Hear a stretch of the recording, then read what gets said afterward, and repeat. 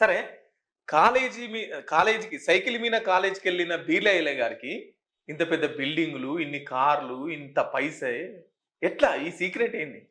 Develop అవుతాడు. ప్రతి మనిషి డెవలప్ అవుతాడు. అంచెలంచెలుగా ఎదుగుతాడు. హ్మ్. నేను పాల సంఘం చేసిన, హ్మ్. నీటి సంఘం చేసిన, హ్మ్. సర్పంచ్‌గా చేసిన.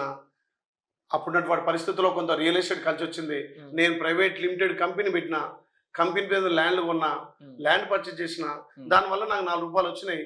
ప్రజలకు సేవ చేస్తున్నా. బీర్లా ఫౌండేషన్ పెట్టిన. నాతో పాటు 90 నా మిత్రులు బీర్లా ఫౌండేషన్ సభ్యులున్నారు. నేను ఎమ్మెల్యే కాకముందుకే సేవా కార్యక్రమాలు చేసిన. ఎవరైనా చనిపోయినా, ఎవరికైనా చదువు కావాలన్నా, లేకపోతే పెళ్ళిళ్ళకొచ్చినా హ్మ్. అడిగిన తడుగా నాతోటి ఉడతా భక్తి సాయం. హ్మ్. సాయం అంటే 5, 10 వేలు చెంత సాయం కాదు. కానీ నేను మీ బిడ్డను, మీకు అండగా ఉంటాను. ఒక మనోధైర్యం కల్పించి సాయం చేస్తే దానికి ఎదగకపోవడం ఏంది? హ్మ్. కష్టపడ్డ ప్రతి వ్యక్తి ఎదుగుతాడు. ఇయాల మాజీ మంత్రి మల్లారెడ్డి ఏమంటాడు?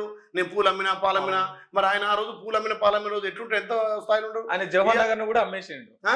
మొత్తం మేడ్చల్‌లో జవహర్ నగర్‌ను గూడా ఏం అమ్మేసిండు. అమ్మిండో, ఏ స్థాయి నుంచి ఏ స్థాయికి వచ్చిండు? అవును. ఇప్పుడు మంత్రి అయినాక అమ్మొచ్చు. హ్మ్. హ్మ్. ఇవాళ నేను ఎమ్మెల్యే అయినా. హ్మ్. ఎమ్మెల్యే కాకముందుకే నా ఆస్తులు ఎన్నో చూడండి ఒకసారి. హ్మ్. అరే నా మీద బడనోళ్ళు నా ఎదుగుదల చూసి ఓర్వలేక హ్మ్. ఎంత ఏది కళ్ళలో నిప్పులు పోసుకుంటున్నారు. హ్మ్. అరే నిజంగా నాకు పరిచయం అనిపిస్తుంది. ఆయన నాకు సంతోషం. నేను లక్షలు పెట్టి ఆడియకున్నా వాళ్ళే రోజు ఆడిస్తున్నారు. మొన్న మిత్రుడు బీఆర్కే న్యూస్ కలిసిండు. ఆయన ఎవడో నాకు తెలియదు. నేను అసెంబ్లీ ఆ మీడియా పాయింట్ మాట్లాడుతూ అన్నాడు ఏందన్నా ఆదాబ్ హైదరాబాద్ పేపర్ అట ఆయన అంటుడు అన్న రోజు అని రోజు రాసుకోబోయి నా ఆలేరు ప్రజలకు నాకు తెలుసు. ఎవరైనా ఒక రైతు వచ్చి అన్నా నా దగ్గర అన్యాయం అయింది, లేకపోతే నా కస్టమర్ వచ్చి నాకు నష్టం అయిందని అంటే నేను దానికి జవాబు ఇస్తా. అరే వాళ్ళకేదో డబ్బులు ఇవ్వదని వాళ్ళకి ఇవ్వాలి. నేను ప్రజలకు జవాబుదారిని. మీ మీడియా కాదు. మీడియాలో మంచి మీడియాలు ఉన్నాయి. మీలాంటి మీడియా మంచిగా చూపించే మీడియాలు ఉన్నాయి. కానీ కొంతమంది మరి పని కట్టుకొని వాళ్ళకు తెలియకనా తెలుసా వాళ్ళ విజ్ఞతగా వదిలేస్తా. నేను దర్జాగా వ్యాపారం చేసిన న్యాయబద్ధంగా టీఆర్ఎస్ 10 ఏళ్ళు గవర్నమెంట్ ఉంటే వాళ్ళ గవర్నమెంట్లే నేను చేసిన. నేనేమైనా చిన్న అన్యాయం చేసి ఉంటే వాళ్ళ గవర్నమెంటే కదా, వాళ్ళ పోలీసే కదా, వాళ్ళ కలెక్టరే కదా, వాళ్ళ ఆర్డీఓనే కదా.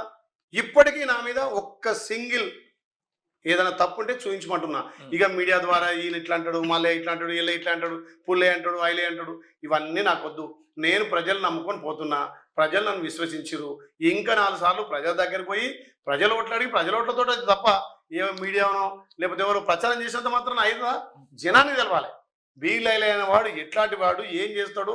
నువ్వు 10 రోజులు మీడియా అంటే ఇవాళ చూసిన మీడియా రేపు చూసి ఏమంటాడు?